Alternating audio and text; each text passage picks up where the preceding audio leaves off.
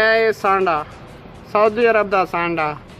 হঠাৎ করে সান্ডা নামের একটি প্রাণী নিয়ে হইচই শুরু হয়েছে সামাজিক যোগাযোগ মাধ্যমে।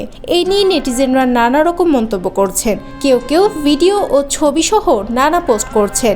নিউজ ফিড এখন কফিলের ছেলের জন্য সান্ডা ধরা আর রান্না করার ছবি ভিডিওতে সয়লাভ। বিষয়টি নিয়ে ট্রল ও মিমও হচ্ছে প্রচুর।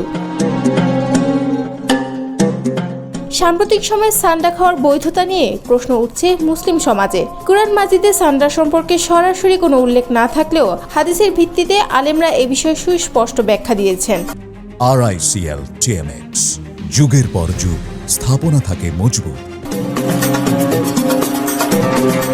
সান্ডা বা দাব হচ্ছে আগামিডে পরিবারের অন্তর্ভুক্ত এক ধরনের কাঁটালের যুক্ত টিকটিকি। এদের আদি নিবাস আফ্রিকা ও মধ্যপ্রাচ্যে হলেও বর্তমানে দক্ষিণ এশিয়ার কিছু দেশেও এদের পাওয়া যায়।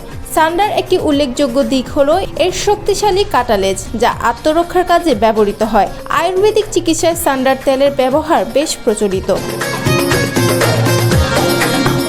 সহিহ বুখারী ও সহিহ মুসলিম মতে একবার নবী করিম সাল্লাল্লাহু আলাইহি ওয়াসাল্লামের সামনে সাহাবীরা সান্ডা পরিবেশন করেন। তিনি নিজে তা খাননি।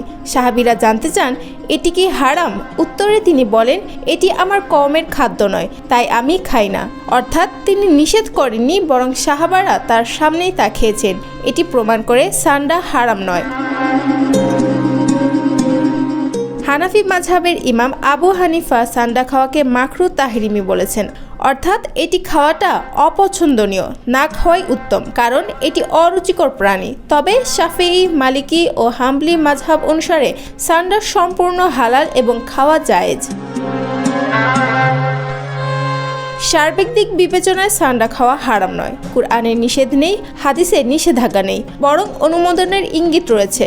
তবে কেউ যদি এটিকে অরুচিকর মনে করেন তবে না খাওয়াই উত্তম। ইসলামের শরীরের ক্ষতি না হলে এবং স্পষ্টভাবে নিষিদ্ধ না হলে তা হালালভাবে বিবেচিত হয়।